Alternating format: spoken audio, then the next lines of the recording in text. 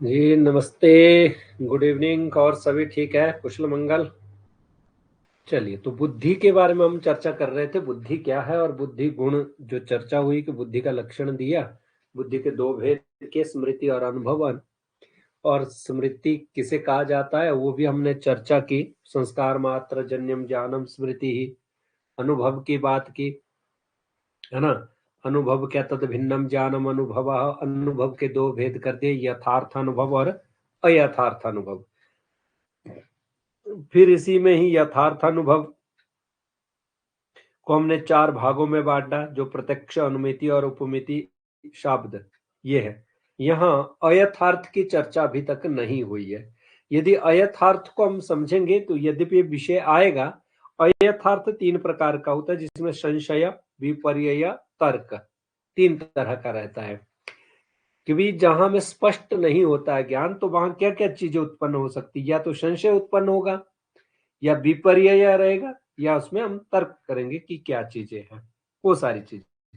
फिर इसके करणों की बात की तो करण भी हमारे चार प्रकार के हैं, है ना। प्रत्यक्षम, अनुमानम, उपमानम च। फिर करण की बात की, करण का लक्षण क्या होता है, असाधारणम, कारणम, करणम। फिर का कारण क्या होता है, तो कार्य नियत पूर्व वृत्ति ही कारणम, है ना। उसी को ही प्रमा कहा गया। अब कार्य किसे कहा जाता है, तो कार्य के लिए कहा प्राग भाव प्रतियोगी। और कारण के भेदों की बात की तो कारण तीन प्रकार के हैं, समवायी कारणम, असमवायी कारणम, निमित्त कारणम।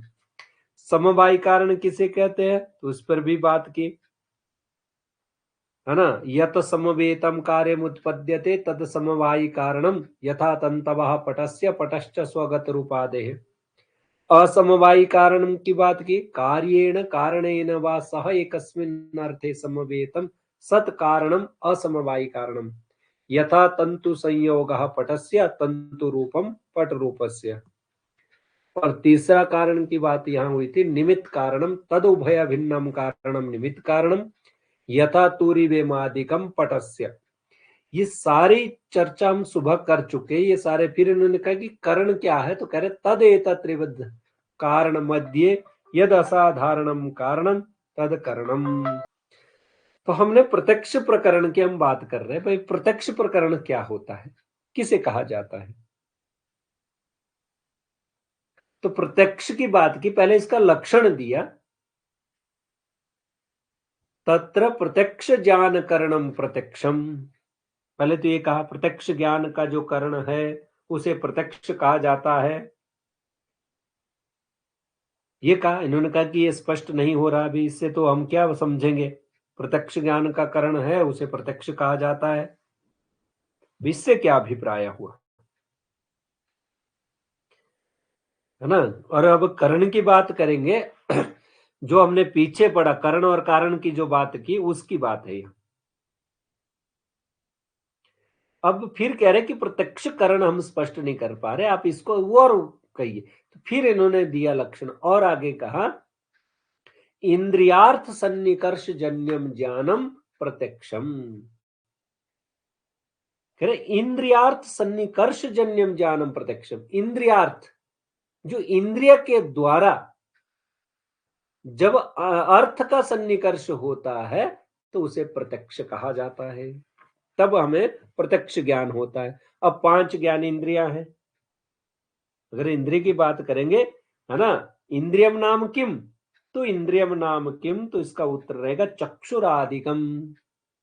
चक्षु, श्रोत्रम, जिह्वा, घ्राण, त्वक, है ना। ये पांच तरह की ज्ञान इंद्रिय, इनके पांच ही विषय होते हैं। चक्षु का रूप है, श्रोत्र का शब्द, घ्राण का गंध, रसना का रस, और त्वक का स्पर्श। इन्हीं की बात की इंद्रियार्थ सन्निकर्ष जन्यम ज्ञानम कहा। उदाहरण के लिए, है ना, हमने कहा कि एक कोई व्यक्ति है, यहां व्यक्ति खड़ा हुआ है और एक यहां है। इन दोनों में जब तक क्या होगा, इंद्रिय इनके साथ संयोग नहीं करेगी, है ना। ये कहा ना पहले, तो इंद्रियम का, इंद्रिय तो क्या होगी, चक्षु हो गई रूप के देखने के लिए। फिर अर्थ की बात कही तो अर्थो कह रहे अर्थो घटादि। अर्थ जो है वो घट आदि है। मतलब घट आदि अर्थ का अभिप्राय है कि भाई जो उन वस्तुओं के साथ, जैसे घट का एक स्वरूप होता है, एक रूप है उसका, यदि इस व्यक्ति ने इनके साथ क्या हो, संयोग जब तक नहीं होगा, इंद्रिय का संयोग जब दोनों के बीच में नहीं होगा, सामने वाले के साथ नहीं होगा, तो इसके लिए का तयोः सन्निकर्षः संयोगादि ही तज्जन्यम ज्ञानम इत्यर्थः। भी जब तक इंद्रिय का सन्निकर्ष, सन्निकर्ष से अभिप्राय है संयोग नहीं होगा, तब तक प्रत्यक्ष ज्ञान भी नहीं होगा। उदाहरण के लिए, यदि आपके कानों तक कोई विषय नहीं पहुंच रहा, कोई शब्द सही से नहीं पहुंच रहा है, तो आपको उसके अर्थ की भी प्रतीति नहीं होगी। ऐसे यदि कोई गंध आपके नासिका तक नहीं आ रहा है, तो आपको गंध की प्रतीति नहीं होगी। ऐसे कोई उष्ण या शीत या समोष्णम का अगर आपको स्पर्श नहीं हो पा रहा, तो आपको उसका ज्ञान नहीं होगा। तो इसलिए कहा कि ये ज्ञान जो है दो प्रकार का है ना। कह रहे तद द्विविधम निर्विकल्पकम सविकल्पकम चेति। एक निर्विकल्पक ज्ञान है और एक सविकल्पक ज्ञान है ना। एक तो कहा प्रत्यक्ष इंद्रियों के द्वारा प्रत्यक्ष हो जाता है, लेकिन फिर भी कई बार प्रत्यक्ष स्पष्ट नहीं होता है, तो उसके लिए कहा ये ज्ञान दो तरह से उत्पन्न होता है। और क्या है निर्विकल्पकम? कह रहे तत्र निष्प्रकारकम ज्ञानम निर्विकल्पकम यथा इदम किंचित। भाई निर्विकल्पक ज्ञान होता है, एक सविकल्पक ज्ञान होता है ना। अब निर्विकल्पक ज्ञान किसे कहा जाता है? इसको हम शास्त्रीय भाषा में कहते हैं प्रकारता शून्यम ज्ञानम निर्विकल्पकम। जहां पे आप स्पष्ट नहीं कर पा रहे हो कि वे कौन क्या है, ये क्लियर नहीं कर पा रहे हो, तो उसको कहते हैं हम निर्विकल्पकम ज्ञानम। जहां निष्प्रकारकम ज्ञानम का प्रकारता शून्य जिसको कहा। क्लियर? तो सविकल्पक ज्ञान क्या होता है? सविकल्पम ज्ञान होता है सप्रकारकम ज्ञानम सविकल्पकम। सविकल्पकम ज्ञानम मतलब जहां पे निश्चित है ना, जहां पे हम कह रहे प्रकार से युक्त, ऊपर का प्रकारता शून्य और नीचे प्रकार से युक्त, कि आपको स्पष्ट है कि किमिदम क्या। आपने किसी ने कहा को अयम, तो आपने कहा श्यामो अयम। आपने कहा को अयम, तो डित्थो अयम। को अयम ब्राह्मणो अयम। को अयम, तो ऐसे करके श्यामो अयम रामो अयम, जहां को स्पष्ट ज्ञान हो उसको कहते हैं सविकल्पक। यद्यपि दोनों ज्ञान प्रत्यक्ष है, फिर कह रहे कि प्रत्यक्ष में भी सविकल्पक और निर्विकल्पक का भेद होता है। कई जगह में स्पष्ट हो जाता है, कई जगह स्पष्ट नहीं भी होता है ना। जहां पे हमारा प्रश्न उत्पन्न हो जाए, है ना, ऐसा प्रश्न हो जाए कि यह क्या है ना, ये स्पष्ट आप क्लियर नहीं कर, किसी ने पूछा किमिदम, तो आपने कहा न जानामि किंचित इदम, कुछ है ऐसा जहां ज्ञान हो। और दूसरे में जहां आपको स्पष्ट हो जाए ये स्पष्ट है ना, श्यामो अयम ब्राह्मणो अयम डित्थो अयम, ऐसा ज्ञान हो जाए उसको कहते हैं सविकल्पकम ज्ञानम। अब हम इसके बाद सब, मैंने कहा कि कोई भी चीज होती है, आप लोग भी अगर देखते हैं, आपके आंखों के सामने भी कुछ चीज है, तो कहीं को आपको तब भी स्पष्टता नहीं होती कि मिदम, है ना, अभी क्या है, ये संशय रहता ही है। और एक सविकल्पक ज्ञान होता है, आपको स्पष्ट होता है ये यही है। अब बात आती है ये ज्ञान जो होता है सन्निकर्ष, जो इंद्रियार्थ सन्निकर्ष है, ये इंद्रियार्थ सन्निकर्ष होता है 6 प्रकार का। जो हमने ऊपर कहा लक्षण में, इंद्रियार्थ सन्निकर्ष जन्यम ज्ञानम प्रत्यक्षम। अब इन्होंने पूछा कि इंद्रियार्थ सन्निकर्ष जन्यम ज्ञानम प्रत्यक्षम आपने कहा, तत्कतिविधम, ये उसके कौन कौन से भेद है, तो इस पे इन्होंने चर्चा करनी चाहिए। हाँ, तो इसके लिए इन्होंने यहां बात की, तो कहा प्रत्यक्ष ज्ञान हेतुर इंद्रियार्थ सन्निकर्ष जन्यम ज्ञानम, क्या लिखा है यहां, प्रत्यक्ष ज्ञान हेतुर इंद्रियार्थ सन्निकर्ष सन्निकर्षाः षड्विधाः। वो इंद्रियार्थ जो सन्निकर्ष है वह 6 प्रकार का है। कौन कौन से भेद है उसके? तो उसके लिखा संयोगः, संयुक्त समवायः, संयुक्त समवेत समवायः, समवायः, समवेत समवायः, विशेषण विशेष्य भावश्चेति। क्लियर? क्या कहा यहाँ कि इसके 6 भेद है। एक तो संयोगः, दूसरा संयुक्त समवायः, संयुक्त समवेत समवायः, समवायः, समवेत समवायः, विशेषण विशेष्य भावश्चेति। फिर अब एक एक की बात करेंगे, संयोग किसे कहा जाता है। यदि हम इनकी एक एक की बात करेंगे तो संयोग किसे कहा जाएगा, तो उसके लिए उन्होंने यहां कहा चक्षुषा घट प्रत्यक्ष जनने संयोगः सन्निकर्षः। कोई भी वस्तु है, उस वस्तु को देखना, उसको समझने से पहले हमारा उसके साथ संयोग होना अति आवश्यक है। जैसे कोई व्यक्ति, में यहां एक व्यक्ति यहां है, ठीक है, यहां कोई वस्तु रखी गई है।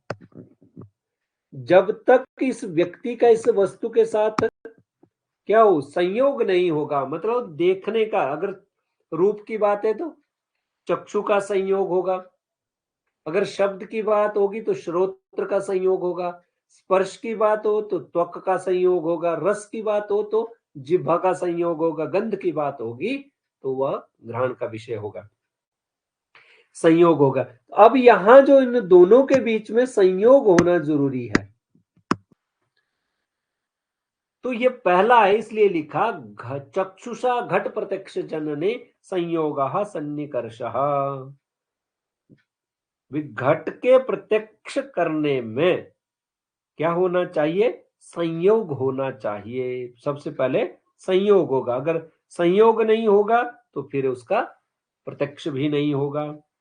संयोग होगा कैसे, उसके लिए कहा संयोग सन्निकर्षम उदाहरते चक्षुषा इति द्रव्य प्रत्यक्षे सर्वत्र संयोगः सन्निकर्ष इत्यर्थ। आत्मा मनसा संयुज्यते, मनः इंद्रियेण, इंद्रियम अर्थेन, ततः प्रत्यक्ष ज्ञानम उत्पद्यते। सुबह जो मैंने कहा कि हमारा क्या होता है, आत्मा से बुद्धि और बुद्धि से मन, मन से आगे इंद्रिया और इंद्रिया आगे विषय के साथ जुड़ती है, तब जाके हमें ज्ञान होता है, अन्यथा ज्ञान उसका नहीं होगा। इसका मैं थोड़ा सा डेमो यहाँ लिख देता हूं, अगर यहाँ लिखा जाए, मान लो इंद्रिया है, चक्षु है, चक्षु, चक्षु के बाद होगा मन, तो मन के बाद बुद्धि है ना, बुद्धि के बाद आत्मा, तो इन सब का क्या होना चाहिए, एक साथ संयोग होना चाहिए, तब जाके विषय का ज्ञान होगा, अन्यथा ज्ञान नहीं होगा। इसलिए लिखा द्रव्य प्रत्यक्षे सर्वत्र संयोगः सन्निकर्षः, आत्मा मनसा संयुज्यते, मनः इंद्रियेण, इंद्रियम अर्थेन, ततः प्रत्यक्ष ज्ञानम उत्पद्यते। तो दूसरा दिया संयुक्त समवाय सन्निकर्षः। पहले तो क्या कहा कि नेत्र से घट का प्रत्यक्ष होने में संयोग नामक सन्निकर्ष होता है। अब दूसरा का देखो, इसमें संयोग भी और समवाय भी, दो हो गए एक साथ। संयोग तो रहेगा ही, किसी भी विषय का ज्ञान होगा तो संयोग उसके साथ विद्यमान रहेगा, तो संयुक्त समवाय सन्निकर्षः। अब कह रहे कि संयुक्त समवाय सन्निकर्ष क्या होता है, तो उसका लक्षण दिया घट रूप प्रत्यक्ष जनने संयुक्त समवायः सन्निकर्षः, चक्षुः संयुक्ते घटे रूपस्य समवायात्। घट रूप प्रत्यक्ष जनने, घट का जो रूप उसको प्रत्यक्ष करने में संयुक्त समवाय सन्निकर्ष होता है, और चक्षु संयुक्ते घटे, चक्षु के साथ जो संयोग हुआ था उस घट में जो रूप था उसके समवाय होने के, रूप का जो समवाय उसमें विद्यमान था, है ना। अगर इसको और सरल शब्दों में समझना हो तो इसको ऐसा समझा जा सकता है, घट के रूप का प्रत्यक्ष करने में संयुक्त समवाय नामक सन्निकर्ष होता है। क्यों? क्योंकि नेत्र से संयुक्त घट में रूप समवाय संबंध से स्थित रहता है। इसका सीधा सा भी जो नेत्र में जो रूप है उसके साथ ये उत्पन्न हो जाएगा उसका, तो तब जाके। तीसरा है हमारे पास समवाय सन्निकर्षः। कि समवाय सन्निकर्ष किसे कहा जाता है? कह रहे श्रोत्रेण, एक छूट तो नहीं गया, हाँ एक रह गया, संयुक्त समवेत समवाय सन्निकर्षः। ऊपर के दो भी और तीसरा एक दिया समवेत समवाय सन्निकर्षः। अरे रूपत्व सामान्य प्रत्यक्षे संयुक्त समवेत समवायः सन्निकर्षः। चक्षु संयुक्ते घटे रूपम समवेतम तत्र रूपत्वस्य समवायात्। कहने का अभिप्राय है रूपत्व जाति के प्रत्यक्ष में जो घट का रूप है, जिसमें घटत्व जाति है, रूप है, उसमें जो प्रत्यक्ष करने में संयुक्त समवेत समवाय होता है नामक सन्निकर्ष होता है। क्यों? क्योंकि चक्षु से संयुक्त घट में रूप समवेत है तथा उसमें रूपत्व समवाय संबंध से स्थित है। क्लियर? यहां तक इसको सिर्फ इतना समझना कि हम किसी भी चीज को देखते, रूप को देखने के लिए तीनों की आवश्यकता पड़ती है। पहले हम वस्तु पे हमारा दृष्टि जाती है, फिर वस्तु पे दृष्टि गई तो उसके आकार प्रकार रूप का ज्ञान होता है। जो रूप का ज्ञान तभी होता है जब इसमें सारा रूपत्व जो उसमें सामान्य प्रत्यक्ष के रूप में स्थित रहे, तब होगा, अन्यथा उसका नहीं होगा। अगला जो है ये है शब्द के प्रत्यक्ष करने में, कह रहे समवाय सन्निकर्षः। तो समवाय सन्निकर्ष कब उत्पन्न होता है? श्रोत्रेण शब्द साक्षात्कारे समवायः सन्निकर्षः। श्रोत्र के शब्द साक्षात्कार में सन्निकर्ष कौन सा होता है? समवाय सन्निकर्ष होता है। कोई शब्द है, इसके लिए कहा भी जाता है ननु दूरस्थ शब्दस्य कथम श्रोत्रेण संबंधः। यदि कोई दूर से कोई शब्द का उच्चारण कर रहा है तो उसका श्रोत्र के साथ कैसे संबंध उत्पन्न हो जाएगा? तो उसके लिए इन्होंने कहा कि भाई देखो एक कान कहीं है, दो व्यक्ति है ना, एक व्यक्ति ये है और एक व्यक्ति ये है, दोनों एक दूसरे से दूर है। अब इन दोनों के बीच में शब्द का साक्षात्कार कैसे होगा, ये प्रश्न है। भी आप इसको कैसे कहेंगे? तो इसके लिए इन्होंने कहा एक न्याय है। इसके लिए कहा ना ननु दूरस्थ शब्द से कथम श्रोत्रेण संबंध है चेन्न। कह रहे बीची तरंग न्यायेन कदम्ब कुम, है ना, कदम्ब मुकुल न्यायेन वा, दो न्याय की बातें कही गई है। एक तो कहा बीची तरंग न्याय के द्वारा और दूसरा कहा कदम्ब मुकुल न्याय के द्वारा भी इनका प्रत्यक्ष हो सकता है। अब ये बीची तरंग न्याय क्या होता है? तो इसको समझो कि इसको सीधा सा समझो, दो न्याय की बात कही है। कदम्ब मुकुल न्याय कहा कि जैसे ये कह रहे शब्द से अन्य शब्द की उत्पत्ति के क्रम से श्रोत्र देश में उत्पन्न शब्द से श्रोत्र के साथ समवाय संबंध से शब्द का प्रत्यक्ष संभव है। क्यों? शब्दत्व आदि पदों से समवेत सन्निकर्ष का होने के कारण, है ना, कि दोनों में क्या है, एक दूसरे के तरंग के द्वारा इनके पास विषय पहुंचेगा तब जाके ये उत्पन्न होगा। तो इसके लिए कहा कर्ण विवर्वत्याकाशस्य श्रोत्रत्वात् शब्दस्य आकाश गुणत्वात् गुण गुणिनोश्च समवायात्।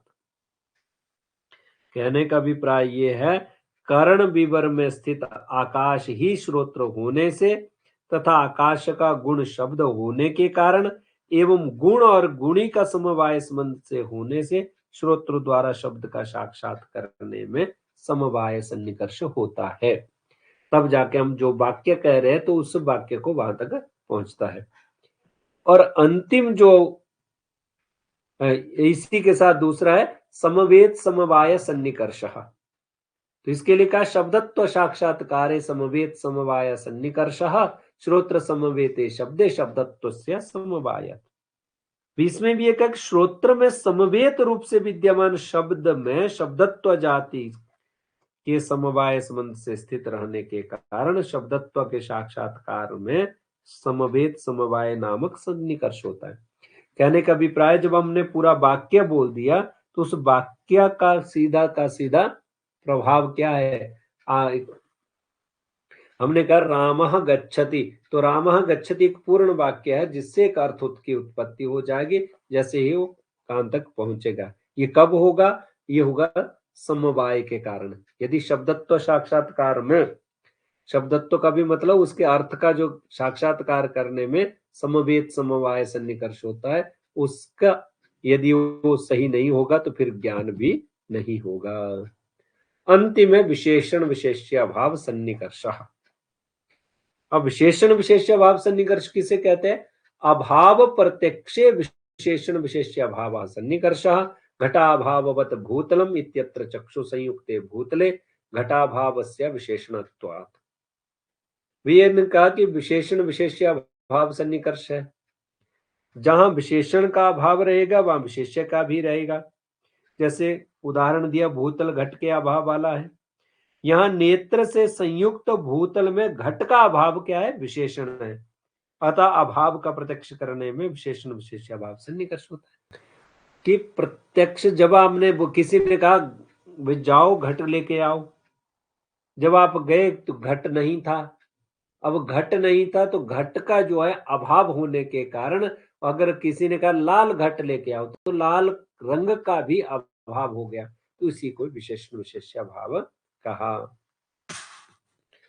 तो इसलिए कहा इंद्रियाणाम प्रत्यक्ष प्रमाणत्वम एवं सन्निकर्ष सटक जन्यम ज्ञानम प्रत्यक्षम तत्करणम इंद्रियम तस्माद इंद्रियम प्रत्यक्ष प्रमाणम इति सिद्धम। की कह रहे इंद्रियार्थ जो सन्निकर्ष ज्ञान है उसी को ही हमने प्रत्यक्ष कहा है, वही है। तो इस तरह करके तो आज का जो हमारा विषय है प्रत्यक्ष खंड का, ये पूरा हो गया।